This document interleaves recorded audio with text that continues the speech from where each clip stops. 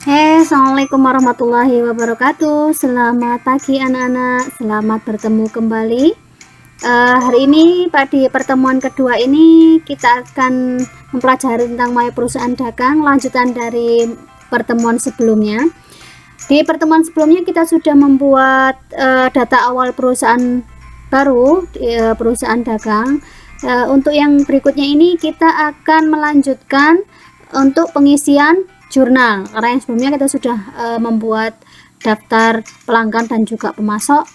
Nah, untuk selanjutnya saya akan berikan contoh kasus untuk transaksi-transaksi yang terjadi selama perusahaan tersebut berdiri.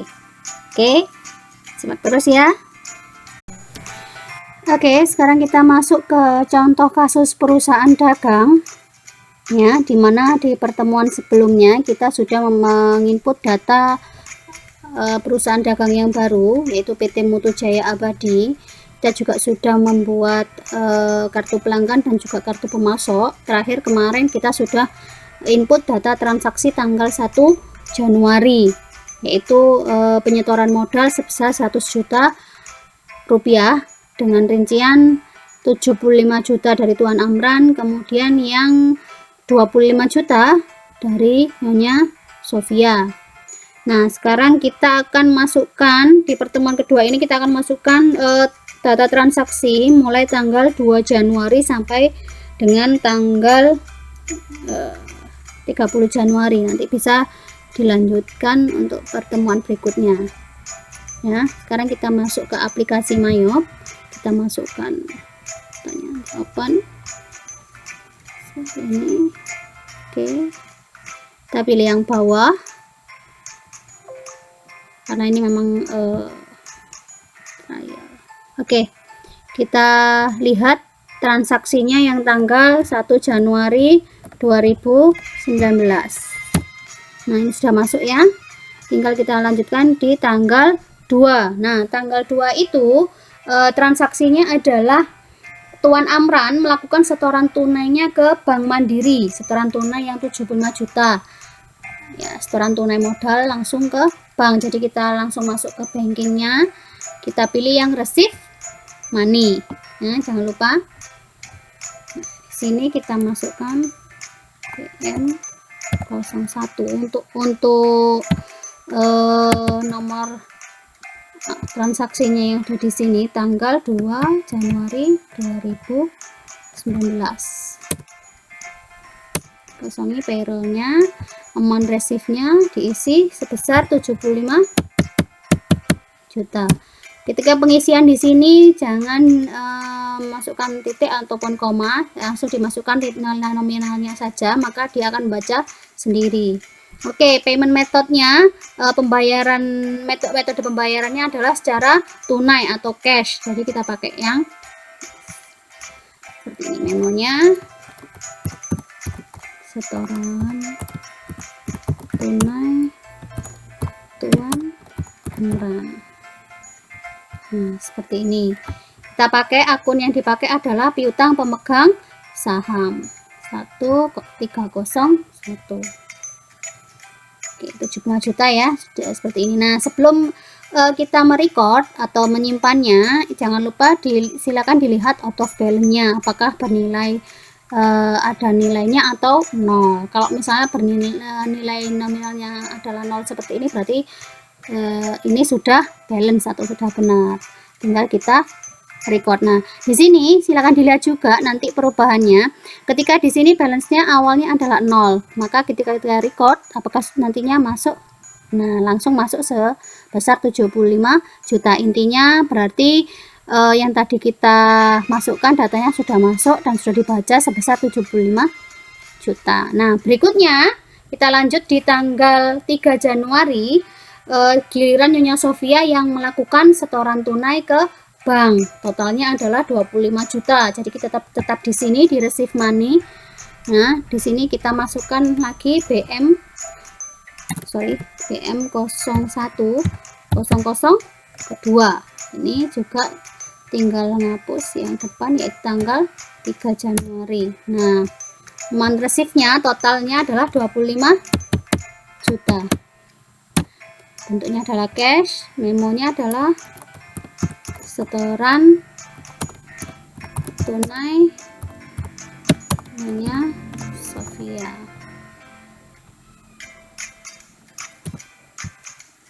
Oke, kita pakai sini BPS namanya Sofia, use account seperti ini. Nah, ini ya, ini sudah masuk datanya 25 juta langsung. Nah, di sini karena ini sudah dimasukkan di sini, maka dia langsung membaca, ya kan? Ini out of file-nya juga silakan dilihat. Nah, di sini balance-nya awalnya adalah 75 juta, maka setelah kita record totalnya adalah 100 juta. Berarti yang ada di bank setorannya atau uang kita sudah masuk sebesar, atau uang perusahaan PT Mutu Jaya Abadi ini sudah masuk sebesar 100 juta. Nah, oke. Sampai di sini untuk yang penerimaan atau receive money melalui setoran melalui bank sudah paham. Oke, sekarang kita lanjut di tanggal 4 ya. Kita lanjut tanggal 4. Tanggal 4 Januari itu PT Mutu Jaya Abadi melakukan pembelian inventaris kantor sebesar 15 juta. Nah, karena uangnya berada di bank, jadi kita pakai yang di sini di banking tetap, tapi ini masuk ke spend money karena kita membeli barang. Oke. Ya, ini sudah masuk. Nah, ini dibaca balance-nya ada 100 juta rupiah. Kita klik ceknya yaitu BK 01001. Tanggalnya adalah 4 Januari 2019. Totalnya adalah berapa tadi? 15 juta. Oke. Nah, untuk pembelian perlengkapan inventaris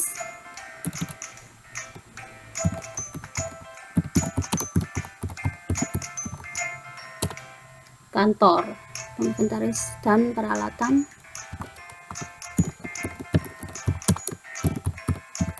kantor. Oke, sudah seperti ini. Nah, kita cari inventaris dan peralatannya. Nah, ini ya, kita use accountnya ada 15 juta. Nah, seperti ini ya, langsung terbaca atau filenya juga 0, berarti sudah fix. Oke, sekarang silakan dilihat balance-nya. Awalnya adalah 100 juta rupiah. Setelah kita record, nah, maka akan berkurang sebesar yang kita record tadi 15 juta. Atau sisanya adalah 85 juta. Oke, seperti itu ya. Mudah bukan? Oke, sekarang kita lanjut ke tanggal 4 juga. PT Mutu Jaya Abadi melakukan pembelian lagi perlengkapan dapur sebesar 1.490.000. Kemudian ada ongkos kirimnya sebesar 10.000. Oke, sekarang kita tulis ceknya yaitu BK 01002. Tanggalnya 4, totalnya adalah 1.490.000 ditambah ongkos kirimnya adalah 1.510.000, jadi totalnya adalah 1.500.000. Oke ya, memo.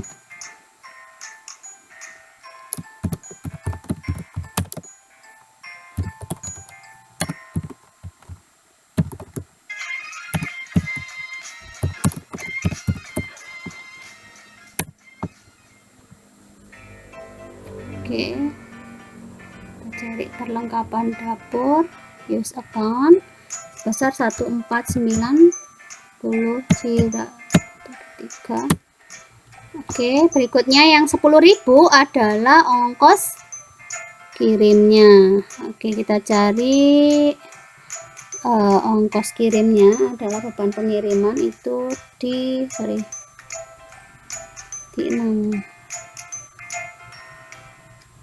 Oke, kalau misalnya tidak ada seperti ini, kita buat new dokumen ya, new akun seperti ini. Untuk biaya kita pakai misalnya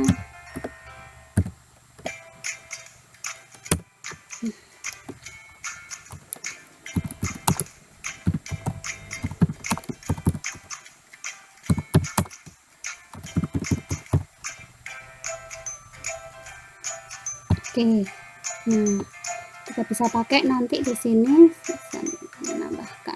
Nah, kalau misalnya nanti datanya memang atau akunnya belum masuk, kalian bisa langsung memasukkannya di sekalian klik new, kalian bisa klik new, langsung bisa dibuat akun yang baru. Oke, sekarang kalau sudah ada akunnya, kita use account seperti ini 10.000.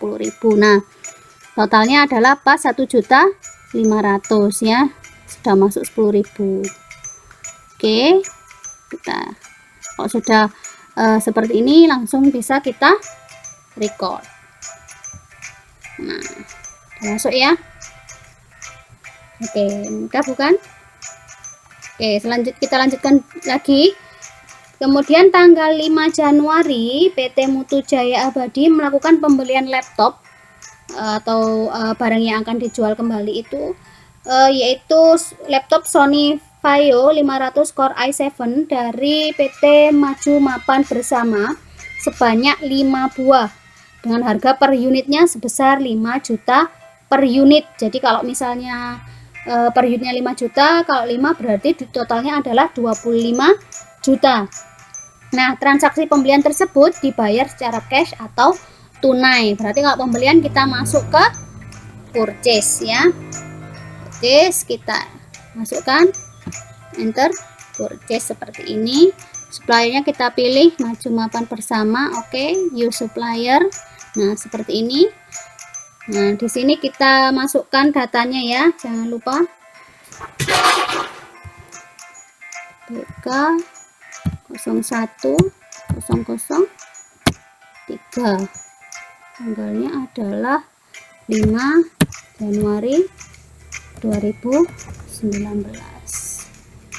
Supplier ini filenya kita tulis misalnya 01. Ini invoice-nya kita tulis seperti ini ya.